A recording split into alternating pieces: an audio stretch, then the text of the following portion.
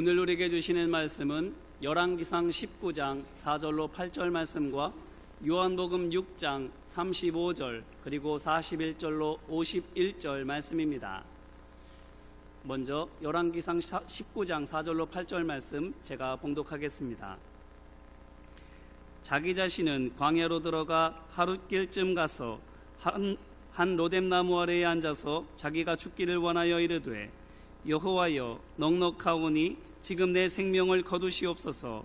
나는 내 조상들보다 낫지 못하니이다 하고 로뎀나무 아래에 누워 자더니 천사가 그를 어루만지며 그에게 이르되 일어나서 먹으라 하는지라. 본즉 머리맡에 숯불에 구운 떡과 한 병 물이 있더라. 이에 먹고 마시며 다시 누웠더니 여호와의 천사가 또다시 와서 어루만지며 이르되 일어나 먹으라. 내가 갈 길을 다 가지 못할까 하노라 하는지라. 이에 일어나 먹고 마시고 그 음식물의 힘을 의지하여 40주 40야를 가서 하나님의 산 호렙에 이르니라. 아멘. 이어서 요한복음 6장 35절 말씀과 41절로 51절 말씀 제가 봉독하겠습니다. 예수께서 이르시되 나는 생명의 떡이니 내게 오는 자는 결코 줄이지 아니할 터이요 나를 믿는 자는 영원히 목마르지 아니하리라. 자기가 하늘에서 내려온 떡이라 하심으로 유대인들이 예수에 대하여 수군거려 이르되 이는 요셉의 아들 예수가 아니냐. 그 부모를 우리가 아는데 자기가 지금 어찌하여 하늘에서 내려왔다 하느냐. 예수께서 대답하여 이르시되 너희는 서로 수군거리지 말라. 나를 보내신 아버지께서 이끌지 아니하시면 아무도 내게 올 수 없으니 오는 그를 내가 마지막 날에 다시 살리리라. 선지자의 글에 그들이 다 하나님의 가르치심을 받으리라 기록되었은즉 아버지께 듣고 배운 사람마다 내게로 오느니라. 이는 아버지를 본 자가 있다는 것이 아니니라. 오직 하나님에게서 온 자만 아버지를 보았느니라. 진실로 진실로 너희에게 이르노니 믿는 자는 영생을 가졌나니 내가 곧 생명의 떡이니라. 너희 조상들은 광야에서 만나를 먹었어도 죽었거니와 이는 하늘에서 내려오는 떡이니 사람으로 하여금 먹고 죽지 아니하게 하는 것이니라. 나는 하늘에서 내려온 살아있는 떡이니 사람이 이 떡을 먹으면 영생하리라. 내가 줄 떡은 곧 세상의 생명을 위한 내 살이니라 하시니라. 아멘. 이 주간은 특별히 8.15 광복절을 맞이해서 오늘은 8.15 광복절을 기념하는 주일로 모든 교회들이 일반적으로 드리고 있습니다. 말씀을 준비하면서 저항 시인이자 유명한 상록수를 썼던 시문의 그날이 오면이라는 시를 대하게 됐습니다. 그날이 오면은 삼각살이 일어나 더덩실 춤이라도 추고 한강물이 뒤집혀 용솟음 칠 그날, 이 목숨이 끊어지기 전에 와 주기만 할 양이면 나는 밤하늘에 나는 까마귀같이 종로의 인경의 머리를 들이받아 울리오리이다. 두개골을 끼워줘 산산조각이 나도 기뻐서 죽사오니 오히려 무슨 한이 남으리이까. 그날이 와서 그날이 와서 육조 앞 넓은 길을 울며 뛰며 뒹굴어도 그래도 넘치는 기쁨에 가슴이 미어질 듯하거든. 드는 칼로 이 몸에 가죽이라도 벗겨서 커다란 북을 만들어 들쳐매고는 여러분의 행렬에 앞서리이다. 우렁찬 그 소리로 한 번이라도 듣기만 하면 그 자리에 거꾸로져도 눈을 감겠소이다. 라고 하는 그날이 오면이라는 시입니다. 1901년에 태어나 3.1운동 어린 나이에 참가해서 옥고를 치른 적이 있던 시인은 일제를 살아가며 얼마나 광복의 날을 간절히 기다리고 있었는가 엿보게 하는 시입니다. 오늘 그 감격이 있었던 바로 그 주간, 그 주일, 이 민족을 향한 하나님의 섭리의 은혜가 무엇인가 기억하고 하나님께 찬양하며 역사 속에 흘러가는 하나님의 말씀을 듣기를 원합니다. 오늘 말씀은 오병의 역사, 보리떡 5덩이, 물고기 2마리로 5,000병을 먹이셨던 오병 이어의 역사 후의 사건입니다. 떡을 먹었던 사람들 얼마나 놀랬을까.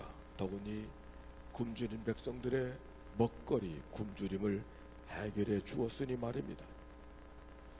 어느 날 빵의 역사를 보니까 빵의 역사는 왕의 역사와 관계가 있었습니다. 왕이 권력을 쥐고 힘을 가지려면 군대가 필요하고, 적어도 왕의 역할은 군대에게 먹을 것을 공급해 주어야 하는 것입니다. 그런데 전쟁이 일어났을 때 군대를 유지하는 일은 그렇게 말처럼 쉬운 일은 아니었습니다. 적어도 왕밖에는 할 수가 없었습니다. 간단하게 군인들에게 한꺼번에 먹을 것을 주기 위해서는 빵이 필요했고, 그래서 빵의 역사가 시작이 되어졌다는 이야기였습니다.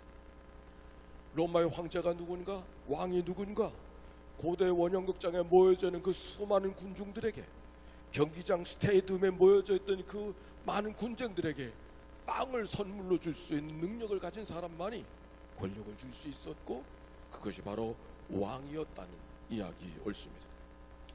오병이의 역사 후에 예수님을 마치 사람들이 왕인가 저분을 생각했다는 이야기는 그저 기적의 사건만이 아니라 왕, 빵을 줄 수 있는 사람이라고 하는 그들의 문화적 코드와 맞춰서 그들은 그렇게 예수님을 생각했다는 것은 잘 연결되어지는 이야기인 것을 알 수 있습니다. 그런데 그 사건 이후에 예수님이 이렇게 말씀하십니다. 나는 생명의 떡이니 내게 오는 자는 결코 줄이지 아니할 것이요, 그리고 나를 믿는 자는 영원히 목마르지 아니하리라. 여기 떡이라고 하는 말, 아르토스라고 하는 말, 이 말이 한국 성경에는 떡이라는 말로 번역되어져 있지만 영어로는 다 브레드로 번역되어져 있습니다. 한국말로 말하면 오히려 떡이라는 말보다는 밥이라는 말로 번역되어야 더 정확한 해석일 것입니다. 오늘 성경의 말씀으로 말하면 내가 하늘에서 내려온 떡이라, 내가 곧 생명의 떡이라고 하는 말씀은 하늘에서 내려온 밥이라, 생명의 밥이라고 이야기하는 것이 우리의 정서에 더 맞는 말씀일 거라고 여겨집니다. 그런데 이 말씀이 얼마나 멋이 있습니까? 오병이의 사건으로 사람들의 마음을 막 요동치던 예수님이 내가 바로 생명의 밥이라고 이렇게 말씀하고 계십니다.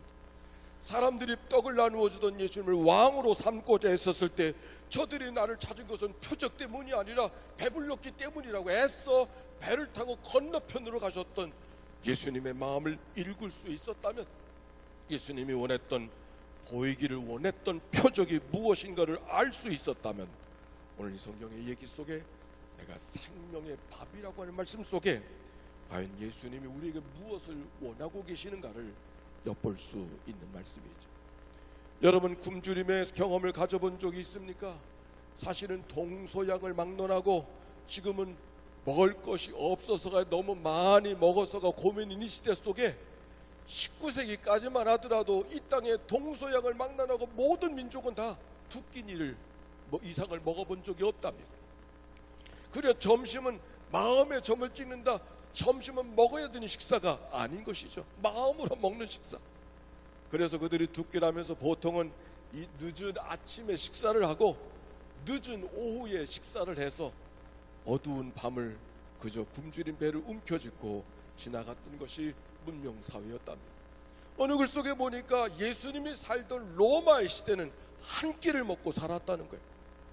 여러분, 건강 때문에 한 끼를 먹는 사람이 있지만 먹을 것이 한 끼밖에 없다.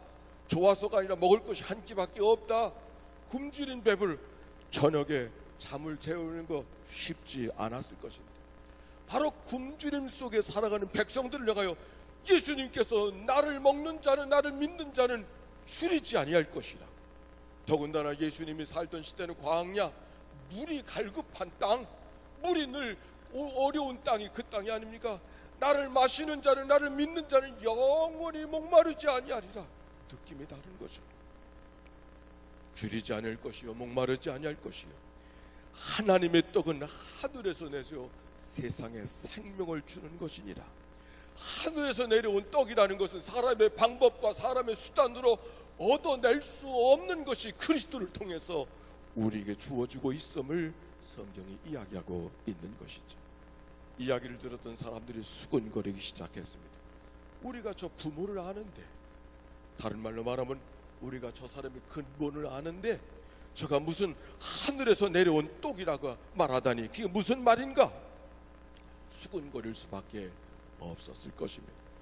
그때 그들의 반응을 보고 예수님께서 수군거리지 말라고 하시면서 하셨던 말씀이 오늘 주목하려고 하는 말씀인데 함께 따라서 합시다. 나를 보내신 아버지께서 이끌지 아니하시면 아무도 내게 올 수 없으니 나를 보내신 아버지께서 이끌어내지 않으면 아무도 내게 올 수 없으니라고 하는 이 말씀 속에 하나님이 나를 이끌어가는 인생이라고, 하나님이 역사를 이끌어가시는 분이라고 하는 그런 고백을 가질 수 있는 것이죠. 오늘도 우리가 하나님 앞에 예비합니다. 우리의 생각 속에 내가 좋아, 내가 선택하고 내가 내 발걸음을 움직여서 여기 왔다고 생각하는 분이 계십니까? 성경은 그렇게 말하지 않습니다. 하나님이 여러분의 발걸음을 옮길 수 있도록 마음을 주시고, 하나님이 옮길 수 있는 건강을 주시고, 하나님의 여러분의 생각을 움직일 수 있도록 이끌어 주신 은혜로 오늘 하나님 앞에 나와 예배하는 자리에 여러분이 있는 줄로 믿습니다. 이 믿음의 고백, 여러분 사주팔자 보는 사람들이 있습니까? 사주팔자. 예수 믿으면서도 아직도 사주팔자 보는 분이 계신지 모르겠어요. 하기야 한국의 풍습은 사람들이 결혼할 때는 사주팔자를 보내는 게 문화더라고요.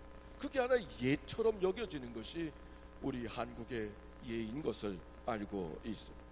이사가는 사람들은 손 없는 날을 찾느라고 애를 쓰는 모습을 보면은 어떻게 하든지 이 사주팔자, 태어난 연월 일시를 통해서 사람의 길흉화복을 맞춰보려고 하는 사람들의 노력과 열심을 우리가 이해할 수는 있습니다. 그런데 여러분 아십시오, 성경적으로 사주팔자는 맞는 게 아닙니다. 성경에 보니까 에서와 야곱이 사주팔자가 다릅니까 같습니까? 잘 모르셔요? 다시 묻습니다. 에서와 야곱의 사주팔자 같아요, 달라요? 예, 같습니다. 발꿈치 붙들고 나왔다 그랬잖아요. 그러니까 쌍둥이라도 다른 시간에 나오는 것이 아니라 발꿈치 붙들고 나왔다 그랬으니까 사주팔자 같은 거예요. 그런데 야곱과 에서의 인생은 전혀 다른 것을 생각해 보면 사주팔자 맞는 거 아니다. 우리가 믿는 사람들이 쓰지 말아야 될 말이 있어요. 재수 없다, 운수에 사납다, 이 말들. 이건 지나가는 말로도 쓰지 말아요. 우리는 재수로 살아가는 인생이 아니요, 하나님의 선한 뜻으로 살아가는 백성인 줄로 믿습니다.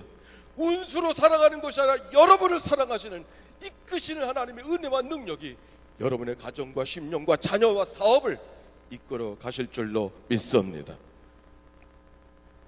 그러나 생각해보면 우리가 운명이라고 하는 거 그렇게 무시할 수만은 또 없는 것을 인정합니다. 왜?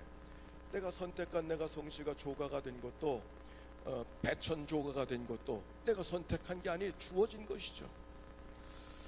이 주간에 친구를 만났길래 그 친구가 늘 손주를 본다는 이야기를 듣고 요즘에도 손주 보느냐고 제가 그랬더니 그가 하는 말이 요즘엔 안 본다고. 할아버지가 밥이야. 요즘 할아버지가 밥이래요. 그랬더니 그 와이프가 그 옆에 있다가 할머니도 돈 있어야지. 돈 없으면 할머니도 또 못해. 손주들이 뭐 살라 그러면 안 사줄 수가 없는데 사달라는 대로 사줄 수도 없고 그게 밥이라는 거야. 손자의 운명은 할아버지의 주머니에 달린 것입니다. 우리가 살아가는 삶의 어느 정도의 운명은 우리가 비켜갈 수가 없지만, 그러나 성경은 분명하게 말합니다.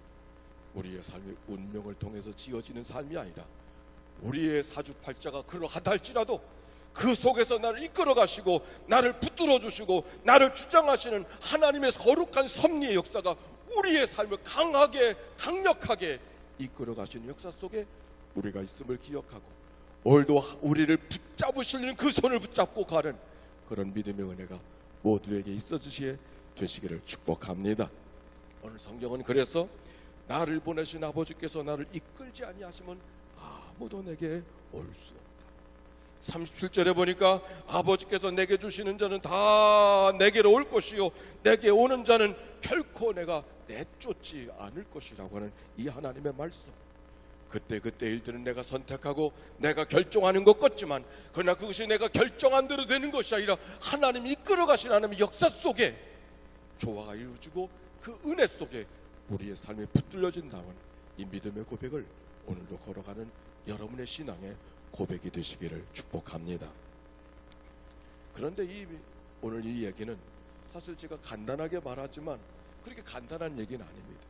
신학적으로 매우 논쟁거리가 되어지는 그런 일들입니다. 하나님의 예지, 미리 아신다고 하는 것. 그런데 예지 하나님이 전지전능하신 하나님과 만나게 되어졌었을 때는 또 다른 문제가 되어져. 또 우리가 살아가는 삶의 선택, 자유의지를 하나님이 허락해 주셔서 우리의 삶을 우리가 선택할 수 있도록 하신다는 것과, 하나님의 전지전능하셔서 우리의 모든 일을 알고 계시는 것이 마치 충돌하는 것처럼 그렇게 여겨져. 그래서 전능하신 하나님을 너무 강력하게, 그것을 너무 강하게 주장하다 보면은 모든 것이 하나님의 정한 세상이니까 우리가 할 일은 아무것도 없는 것처럼 이야기하고, 그런 신학적 이해가 결정론적 예정론이라고, 운명처럼 인생을 살아갈 수밖에 없는 것이라고 이렇게 가르치는 그런 교회가 있고, 특별히 아주 보수적인 장로교회 배경을 갖고 계신 분은 이 말이 낯설지 않을 겁니다. 그런데 우리 감리교회 신앙 고백, 일반적인 교회의 믿음의 고백은 어떤 고백인가? 하나님의 예지하신 그 은혜 속에 살아가면서도 하나님의 선택할 수 있는 권한을 허락해 주시는 그런 삶. 그래서 이 삶을 가리켜서 하나님의 섭리 예지, 하나님의 섭리 속에 우리가 살아간다는 이 믿음의 고백을 갖고 살아가는 것이죠. 하나님이 우리들의 삶의 길을 알고 계시지만, 그러나 그때마다 자유를 허락하여 주셔서 때마다 일마다 책임적인 삶을 살아가도록 인도해 주셨다는 이 믿음의 고백. 내 자유의지가 그때는 내가 원하는 것을 내가 선택하는 것처럼 보지만, 끊임없이 하나님의 꼴, 하나님의 구원의 역사를 내 가운데 이뤄 가시려고 이끄시는 하나님의 강력한 손길이 우리 삶 속에 있다고 하는 이 믿음의 고백. 이것이 바로 섭리의 역사. 이건 한 개인의 구원만이 아니라 이 나라와 민족의 구원의 역사 속에, 역사도 하나님의 그런 은혜가 있는 줄로 믿고 믿음으로 걸어가는 삶이 되시기를 바랍니다.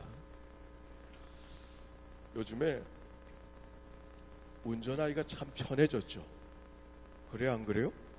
운전하기 편해졌어요. 왜 그러냐면, 운전을 잘하는 것은 드라이브를 잘 움직여야만 되는 것이 아니라 지리를 잘 알아, 지도를 알아야만 운전을 잘하고, 지리를 아는 게 운전의 절반을 하는 것 같아요. 그렇지 않으면 여기저기 기웃거리다가 잘못될 때가 많이 있는 것이죠. 근데 왜 운전하기가 쉬워졌는가? GPS가 있어서, 내비가 있어가지고 그 안내양 여자 말만 잘 들으면 잘 가잖아요. 때때로 실수해서 다른 데로 갈 때 있어요. 그렇죠? 실수하고 길을 잘못 들을 때가 있어요. 제가 지난 주간에도 이 남청라 갈 때 우리 조심해야 될 것. 남청라로 해서 가는데 넓은 길로 가다 보니까 이게 인천으로 가는 게 아니라 인천으로 가야 되는데 강화로 가고 있더라고. 인천으로 가는 길은 저쪽에 두 레인밖에 없는 거예요. 이 마지막 천에 섰다가, 그날이 제가 결혼식 주례하러 가다가 지금 이 길로 갔다가 큰일 났어요. 근데 우리가 차가 오질 않아가지고 제가 뒷걸음질 쳐가지고서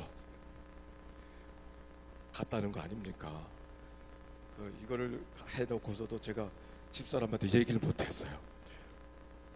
그런데 생각해보니까 그렇게 아닐 수가 없던 그런 상황이 돼서 뒷차들이 나를 도와줘, 아무도 차 쫓아오고, 이른 아침이었기 때문에 다행으로 생각이 되어지는데, 때때로 우리의 자유의지를 갖고 딴 데로 갈 때가 있지만, 하나님께서는 그를 향하여서 끊임없이 우리를 잡아당기시는 그런 은혜, GPS가 하나님의 예지, 전지전능과 자유의지의 관계를 잘 설명해주는 현대판 상징인 것, 표적인 것을 알게 되었습니다.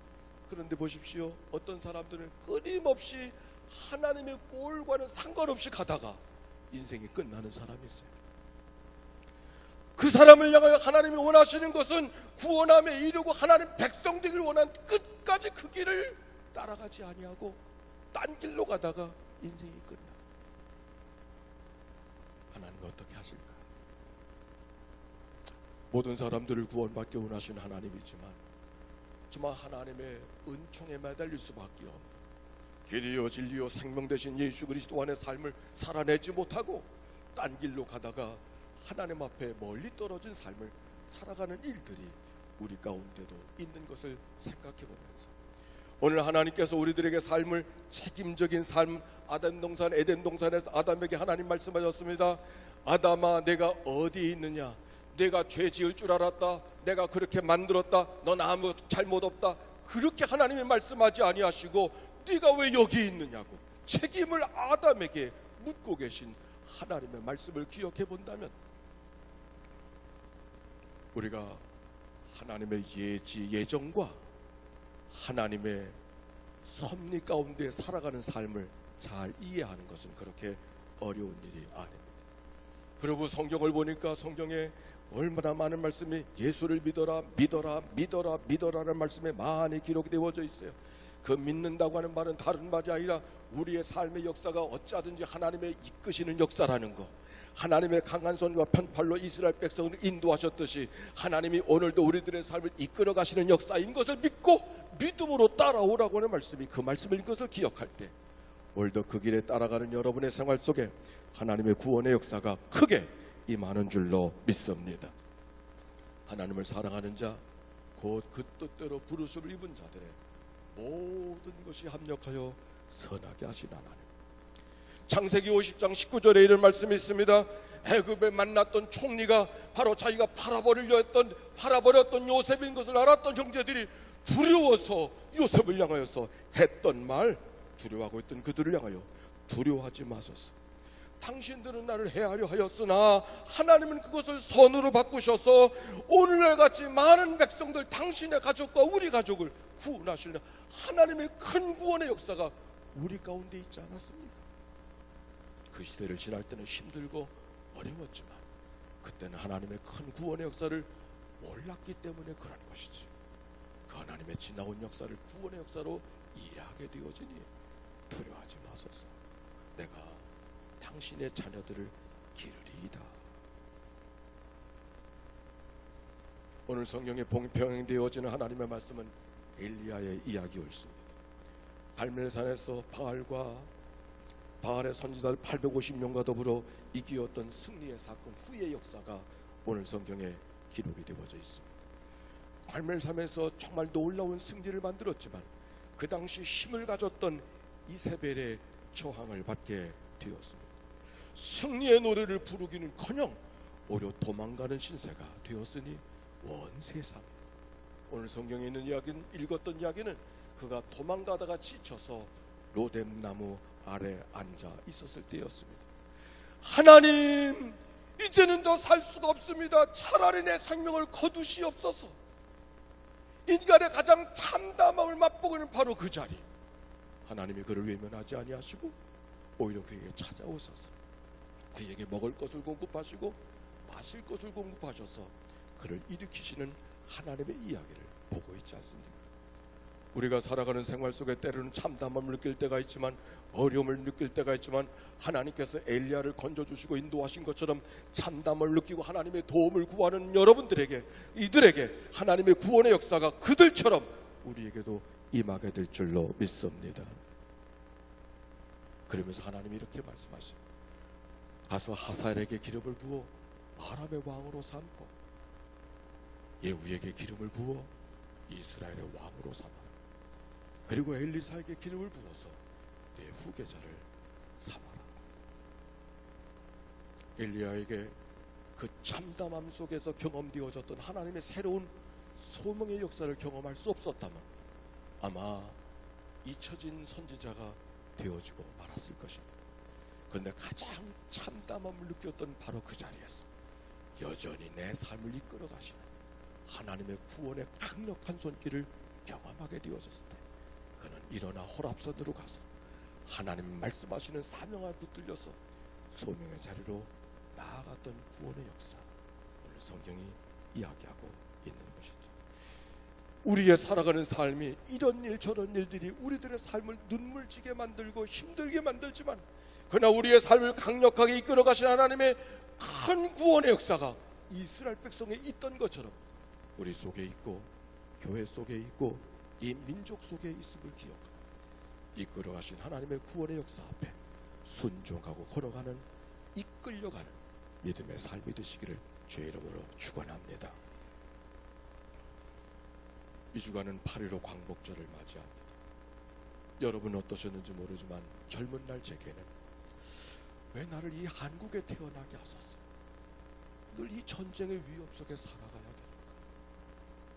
입시에 대해서는 그렇게 걱정하지 않았는데 왜 이렇게 전쟁의 위협 속에 살아가야 돼. 이 문제 많은 땅에 살게 하셔서, 태어나게 하셔서 왜 이 문제 속에 살아가게 하시는가. 왜 하필이면 한반도일까. 뭐 이런 생각이 제 마음을 힘들게 했던 기억이 있습니다. 그러던 어느 날 제가 싱가포르 어느 모임에 갔다가 아시아에서 각국의 사람들이 대표로 와서 자기 나라 형편을 이야기하는데 그 중에 그래도 한국이 낫더라고요. 문제 없는 나라가 없더라고요. 어느 나라든지. 오히려 한국은 단일 민족이잖아요. 오히려 한국은 언어가 하나잖아요. 종교가 달라도 싸우질 않잖아요. 그런데 다른 나라는 민족끼리 싸우고 정치적 이념 때문에 싸우고 종교 때문에 싸우고 정말 엄청난 문제들이 있는 것을 보고 돌아와서 이게 한국에 태어났다는 것 때문에 불편해야 될 일이 아니로구나 하는 생각. 오히려 백두산을 다녀오면서 한반도의 지형을 생각하면서 어떻게 중국의 한 변방에 불과했던 이 작은 나라가 거대한 중국의 문화에 속하지 아니하고 여전히 역사의 뿌리를 잃어버리지 않고 오늘도 살아남아 있는가가 오히려 하나님의 특별한 섭리로 이해하게 되어졌던 일이 내 마음속에 다시 찾아오게 되었습니다. 사실 중국의 한민족 주변의 나라들은 다 그 나라의 속국이 되어졌는데 그 한 귀퉁이는 작은 나라, 늘 거기에 조공을 바쳐야 되는 역사의 배경을 갖고 있음에도 불구하고 어떻게 한민족의 뿌리를 잃어버리지 않고 존재할 수 있었을까? 여러분, 한국은 대단한 민족인 줄로 믿습니다. 왜 그런지 아세요? 어느 선교사가 조선시대에 한국에 와서 보니까 한국의 양반들은 다 뭘 씁니까? 머리에? 갓을 쓰잖아요. 그래서 그 머리에 쓰고 있는 게 뭐냐 그랬더니 나는 갓을 쓰고 있다고. 그러니까 그 선교사가 하는 말, 하나님을 늘 머리에 이렇게 지고 사시는군요. 그 놀래가지고서 표현했어. 이 나라 이름이 뭐요? 그랬더니 그 사람의 한자로 조선을 써주면서 아침조차 깨끗할 선이라고. 조용한 아침의 나라구나. 참 특별한 나라구나. 그 말을 좀 더 설명해 달라고 이야기하니까 그래서 우리 이렇게 그 양반이 유식했던 것 같아. 설명하기를 아침조자를 보니까 열십자가 있고 날일자가 있고 또 열십자가 있고 그 옆에 밤을 이야기하는 월자가 있고 이 나라 백성들은 십자가를 위로 모시고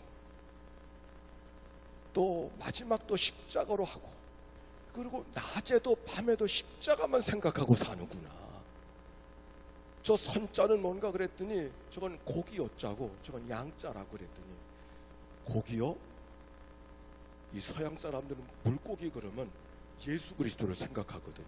옛날 초대교인들이 물고기를 그려주면서 예수 믿는 상징을 이야기했더니 고기여자라 그러니까 눈이 커지더니 옆에 양자라 그랬더니 죄를 위해서 제물 줬던 그 어린 양을 생각하고서 이야 대단하다. 조선 백성들은 늘 예수님만 생각하고 조선 백성들은 늘 죄를 위해서 죽은 양을 생각하고 살아가니까 대단한 민족이라고. 조선이라는 말을 어떻게 글로 쓰느냐고 그랬더니 CHOSEN PEOPL이 딱 읽어보죠. chosen people. 영어로는 선택된 백성이라는 말이거든요. 그러니까 더 놀라 자빠졌다는. 여러분 택한 백성인 줄로 믿습니다. 대단한 백성이잖아요. 함석헌의 이야기 속에 뜻으로 본 한국 역사에 이런 이야기가 있습니다. 자기 뜻과 상관없이 나라의 빗장을 풀고 자기 뜻과 상관없이 남의 나라의 속국이 되어 자기 뜻과 상관없이 해방되고 자기 뜻과 상관없이 전쟁이 일어나고 자기 뜻과 상관없이 전쟁이 그치게 되어졌던 이 한반도, 자기 뜻과 상관없이 흘러가는 이 한반도의 역사, 한민족의 역사는 도대체 누가 이끌어가는 역사인가? 함석헌 어르신은 분명 하나님이 이끄시는 역사가 이 민족 속에 있다고 하는 역사의 고백인 것이죠. 저는 요즘에 인기 드라마 가운데 하나인 TVN의 미스터 선샤인이라고 하는 그 드라마를 보면서 김은숙 작가가 쓴 주말 드라마 개화기를 배경으로 해서 만들어진 첫 번째 드라마인 것 같다고 사람들은 그렇게 소개합니다. 그 드라마 속에 개화기의 이 한국의 형편이 어떠인가를 엿볼 수가 있게 되어지는데, 그 당시는 불편했던 나라, 뒷간 가는 그런 나라, 이런 불편함이 아니라 외세의 침입 때문에 늘 치여 살아가는 그런 민족이었다는 그 얘기를 이야기하려고 하는 것이 아니라, 오히려 그 시대는 남녀 차별뿐만 아니라 양반과 노비가 차이가 있는 신분 사회였다고 하는 것을 맥맥히 드라마 속에 보여주고 있습니다. 차별이 문화가 되어졌던 사회, 이게 한국 사회예요. 우리는 미국에 보면서 당신은 흑인을 차별했다고 이렇게 폄하할 때가 있지만, 미국이 문제가 아니라 한국은 미국보다 더 차별이 많았던 사회. 노비들의 삶을 태어나서 평생 노비를 벗어날 수 없었던 그들의 한을 아마 우리 현대인은 이해도 못할 거예요. 그런데 그랬던 조선 사회가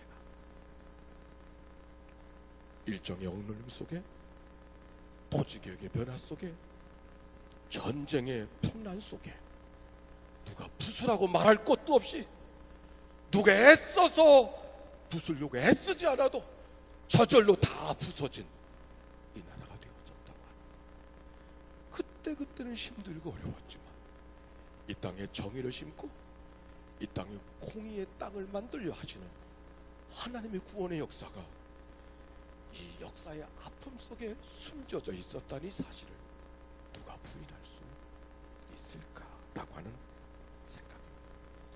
뿐만 아니라 일제의 억눌림 세, 전쟁의 참압 속에, 그 후에 가난 속에 이 땅은 배만 굶주린 게 아니라 하나님께 굶주린 백성이 되어졌습니다. 하나님 없이는 살 수 없습니다. 하나님 없이는 살 수 없습니다. 무릎 꿇어 기도할 수밖에 없고 밤을 새워 기도할 수밖에 없었던 이 민족의 신앙의 굶주린 역사, 하나님께 굶주린 역사가 만들어졌어요. 오늘 말씀으로 말하면 정말 그리스도가 밥이 되어진 역사, 이 땅의 역사가 되어진 우리의 삶을 오늘 같이 나누기를 원하는 것입니다. 사실 이 땅의 복음의 역사는 특별한 역사입니다. 1885년 한국의 복음의 선교사들이 처음 갖고 왔을 때 뜻밖의 이미 한국말로 된 성경이 일본과 중국에서 번역이 되어져서 한국말 성경을 갖고 처음 선교사가 한국에 들어왔다는 것은 세계 선교 역사 속에 선교사가 가기도 전에 그 나라 말로 성경이 기록되어진 이해가 없는 한국만 있는 유일무이한 특별한 선교 역사, 이 땅에서의 선교 일이었습니다. 역사의 고비마다 교회 역할은 특별했습니다. 한국의 개화와 근대화를 주도하던 사람들이 기독교인들이요, 일제 역사 속에 민족의 희망을 주던 사람들이 기독교인들이요, 한국의 전쟁 속에서도 이 민족의 희망을 주고 사랑을 주고 용기를 주고 뭔가 사람의 마음을 이끌어 주었던 사람도 교회요, 기독교인들이요, 민주화 투쟁 속에서 독재의 어려움 속에서도 용기를 갖고 이 민족의 어둠을 뚫었던 역사도 기억하십니까? 1980년 여름에 여의도 광장에서 모여졌던 세계 복음화 대성회, 그 마지막 날은 비가 쏟아지는 밤이었습니다. 억수로 비가 쏟아질 때 모여졌던 수십만의 군중은 조금도 움직이지 않고 하나님의 말씀을 듣고 있었어요. 그때 강사로 섰던 CCC의 김준곤 목사님, 여러분이 선교사로 가든지 보내든지 하라고, 이 말씀 앞에 결단하라고 외치고 있었을 때 무려 10만 명이나 되는 젊은이들이 일어나서 내가 선교사로 가겠나이다, 내가 하나님의 사명대로 떠나겠나이다 결정했던 그 마지막 성의 마지막 날을 기억하십니까? 젊은 10만 명의 젊은이들이 내가 가든지 보내든지 하겠다고 선교사로 자원했던 이 역사를 바라보며 하늘 하나님은 어떤 생각을 가졌을까? 한국의 역사 코리아가 세계 속에 등장한 것은 여러분 아는 대로 88 올림픽 때입니다. 그때로 이 민족이 세계 속에 주목받게 되어졌고 이 나라의 경제도 부흥했던 것을 압니다. 그런데 그 88 올림픽이 바로 복음화 성회가 열렸던 그 이듬해 81년 바덴에서 결정되어졌고, 그래서 88 올림픽이 개최되는 동안 한국은 산업적으로 경제적으로 새로운 면모를 갖춘 역사가 되어졌어요. 10만 명은 말뿐이 아니라 10만 명의 선교사를 보낼 수 있는 역량도, 경제적 역량도 하나님이 이 땅에 허락해 주신 역사가 지나간 역사였음을 우리는 부인할 수 없는 것입니다. 이제는 한류가 문화적 코드가 되어져서 세계에 있는 한인교회들에게 한국 사람이 찾아오는 것이 아니라 다른 나라, 그 나라 민족들이 와서 나도 한국말 배우고 싶다고, 한민족이기 때문에 한인교회로 오는 것이 아니라 한류 때문에 한인교회를 찾아오는, 이것이 세계적 추세가 되어지는 우리들의 역사 속에 하나님은 또 어떻게 이 민족을 이끌어 가실까를 우리는 생각하고 생각할 수밖에 없습니다. 여러분 아는 대로 지금은 한반도에 다시 역사가 요동하고 있는 때입니다. 한반도에서 전해지는 분단의 역사가 아니라 분단된 이 나라가 평화로 만나게 되어졌다는 이 메시지가 지금 세계를 열광케 하고 있다는 사실에 우리가 주목해야 합니다. 아마도 나이 많으신 어르신들은 공산당 몰라서 그렇지 또 속고 있는 거야 염려하는 분들이 있을 거라고 생각합니다. 충분히 이해할 수 있습니다. 왜? 경험으로 그렇게 경험되어졌습니다. 그러나 생각해 보십시오. 우리가 언제까지 그렇게 분단된 상황을 오히려 움츠리고 살아가야 돼요? 언제까지 원한에 맺힌, 언제까지 얼굴을 붉히는, 언제까지 우리가 새로운 기도를 해야 되지 않나요? 지나간 날까지 용서 못했지만 이제는 용서하게 하시고, 이제는 화해하게 하시고, 이제는 다시 역사를 바라보게 하시옵소서. 어쩌면 이 한반도의 찢어진 역사 때문에 하나님의 마음이 얼마나 찢어진 마음이었을까. 오히려 이 땅이 하나가 됐을 때 하나님 마음이 하나가 되어지고 상처가 치유되어지고 얼굴에 환한 미소를 비로소 들을 수가 있지 않을까요? 저는 이곳에 와서 여러분을 대하면서 아시아드 경기장을 늘 오고 가면서 이런 생각이 들었어요. 저 아시아드 경기장, 아시아 올림픽이 열렸을 때 저는 와보지 못했지만 북쪽의 지도자들이 내려와서 남한들과 처음으로 같은 스탠드에 앉아서 함께 평화를 노래했던 장소가 여기인데 라고 하는 생각. 어쩌면 그 옆에 주님을 섬기는 교회로 있다고 하는 것이 우연한 일만이 아니에요. 우리가 이 민족을 위해서 구경꾼이 아니라 저 아시아도 현장을 바라보면서 이 남과 북의 역사 속에 우리는 어떻게 쓰임을 받아야 될 것인가를 믿음으로 고백하고 하나님께 물을 수 있는 그런 교회, 그런 그리스도인 역사적 과제, 사명 아닌가요?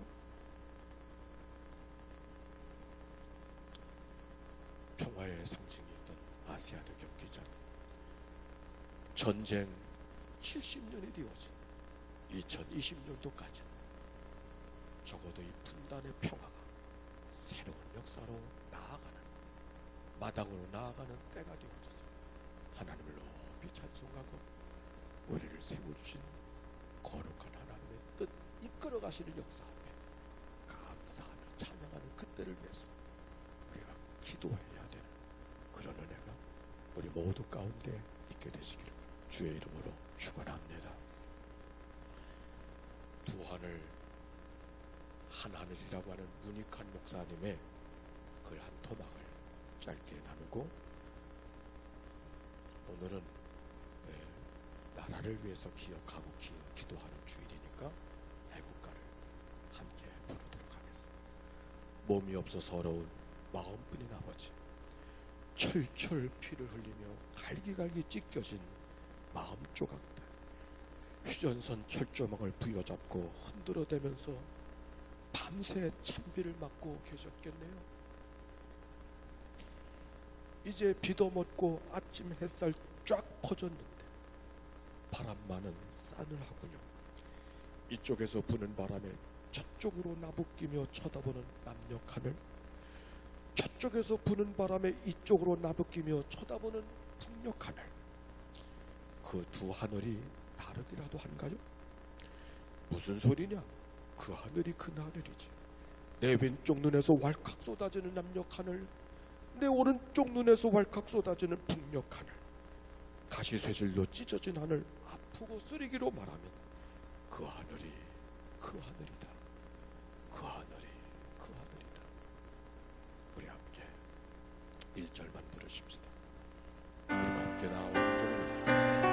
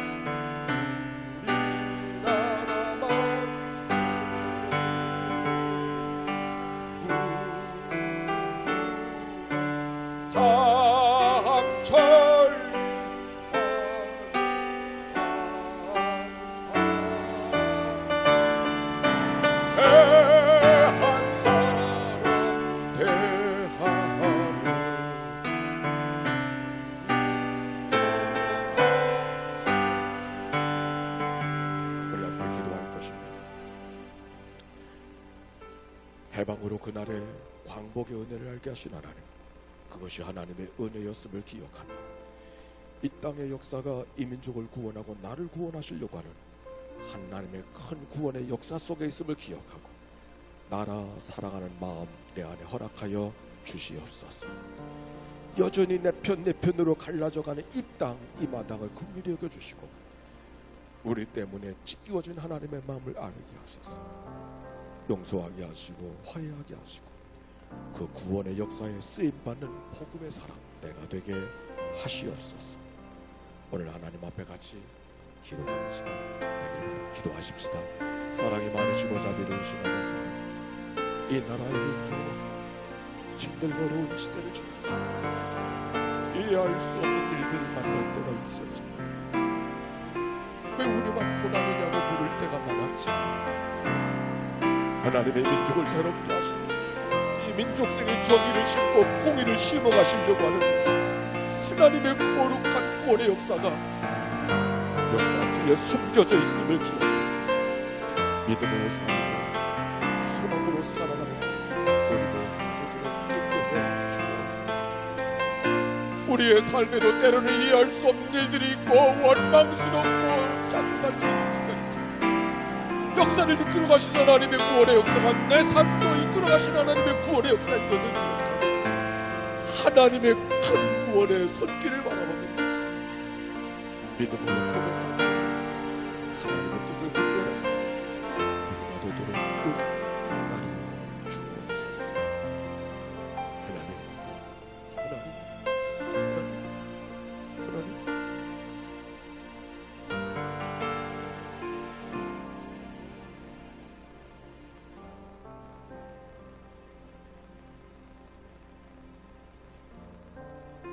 5천년의 역사, 이해할 수 없는 일들, 늘 얻어 터진 역사라고 말하는데 채찍과 환란만 있지 않고 그 속에서도 이 나라를 정의롭게 복음의 땅으로 만들어 가신 굶주림 속에서도 하나님께 굶주린 백성으로 살아가도록 인도하신 하나님의 선한 역사를 오늘 알게 하여 주시니 감사드립니다. 우리의 삶도 이해할 수 없는 일을 만나고 원망하고 싶은 순간이 있지만 역사를 이끌어 가셨듯이 내 삶을 이끌어 가시는 하나님의 강력한 손길이 내 안에 있음을 기억하고 하나님의 뜻이 무엇인가를 분별할 줄 아는 우리가 되도록 인도해 주옵소서. 아직도 내 편 내 편으로 갈라져 살아가는 이 땅을, 이 마당을 긍휼히 여겨 주옵소서.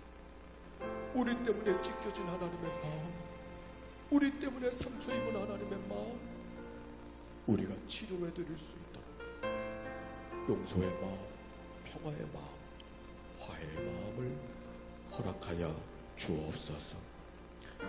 이 땅의 분단의 역사가 오히려 세계의 평화를 전하는 현장이 되게 하시고 지도자들에게 용기를 주시고 백성들의 마음속에 넉넉한 그리스도의 마음을 허락하여 주시옵소서. 오늘도 하나님 앞에 나와 치료받기를 원하는 자들의 병든 자들을 치료하여 주시옵시고 마음 상한 자들을 위로하여 주시옵소서.